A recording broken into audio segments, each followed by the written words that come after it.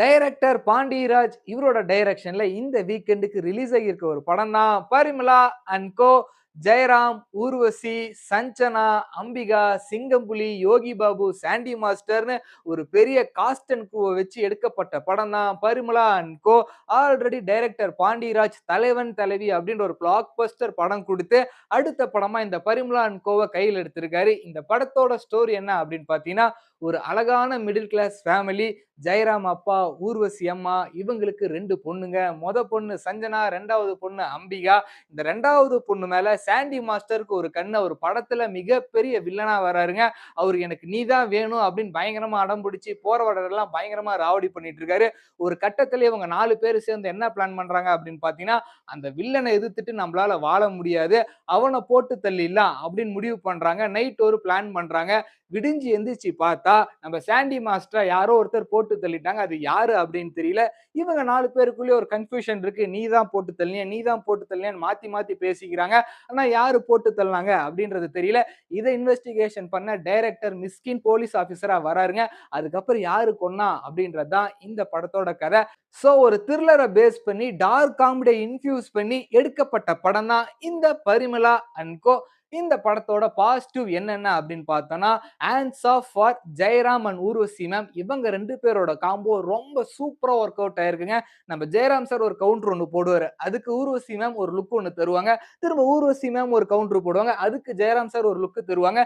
இவங்க தான் இந்த படத்தை ஒன் ஹேண்டா ஹோல்டு பண்றாங்கன்னே சொல்லலாங்க. இவங்களோட காம்போ ரொம்ப சூப்பரா இருக்கு. தியேட்டர்லயும் கிளாப்ஸ் வந்துச்சு. அதே மாதிரி யோகி பாபு படத்தை வராரு, காமெடி பண்றாரு. சில காமெடிக்கு ஆடியன்ஸ் சிரிக்கிறாங்க. சில காமெடிக்கு ஏன்டா இந்த காமெடி வந்துச்சு அப்படின்னு நினைக்கிற அளவுக்கு தான் அவரோட காமெடி இந்த படத்துல இருந்தது. நம்ம சாண்டி மாஸ்டர், லியோ அண்ட் லோகா இந்த 2 வில்லனிசத்தையும் சேர்த்து இந்த படத்துல புதுசா ஒரு வில்லனிசத்தை கொடுத்திருக்காரு. ஒரு குட் பெர்ஃபார்மன்ஸ்னே சொல்லலாம்.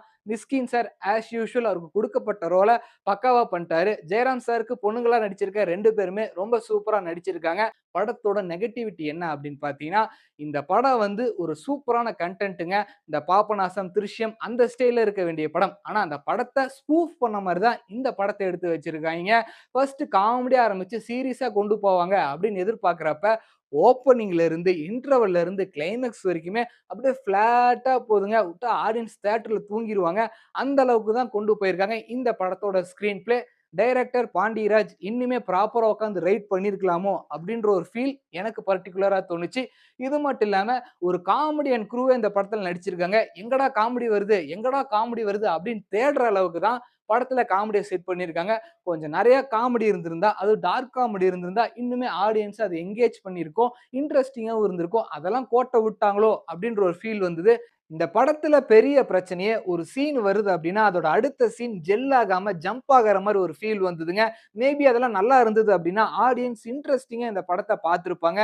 பொதுவா த்ரில்லர் மூவி அப்படின்னா அடுத்து என்ன நடக்க போகுது, அடுத்து என்ன ஆகும் அப்படின்ற ஒரு இன்ட்ரெஸ்டிங் இருந்தா மட்டும்தான் ஆடியன்ஸ்க்கு அந்த படம் கனெக்ட் ஆகும். இந்த படத்துல அந்த மாதிரி ஒரு விஷயம் சுத்தமா கிடையவே கிடையாதுங்க.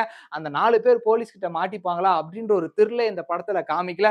அதெல்லாம் கரெக்டா பண்ணியிருந்தா இந்த படம் இன்னுமே நல்லா வந்திருக்கும். மொத்தத்துல இந்த வீக்கெண்ட் உங்களுக்கு டைம் பாஸ் ஆகல அப்படின்னா கட்டாயம் இந்த படத்தை போய் தியேட்டர்ல பார்க்கலாம். ஒரு ஒன் டைம் வாட்சபிள் மூவியா தான் இந்த பரிமளா அண்ட் கோ இந்த வாரம் ரிலீஸ் ஆயிருக்கு. எனக்கு மிகப்பெரிய டவுட் என்ன அப்படின்னு பாத்தீங்கன்னா, படம் முடிச்சு தியேட்டர்ல இருந்து வெளியே வந்துட்டேன். எதுக்குடா இந்த படத்துக்கு பரிமளா அண்ட் கோ அப்படின்னு பேர் வச்சாங்க அப்படின்ற ஒரு டவுட் இப்போ வரைக்குமே எனக்கு இருக்கு. நீங்க யாராவது இந்த படத்தை ஆல்ரெடி பாத்துட்டீங்க அப்படின்னா ஏன் இந்த டைட்டில் வச்சாங்க அப்படின்ற ஒரு கமெண்ட் இந்த வீடியோ கீழே கமெண்ட் பண்ணிருங்க. பட்டா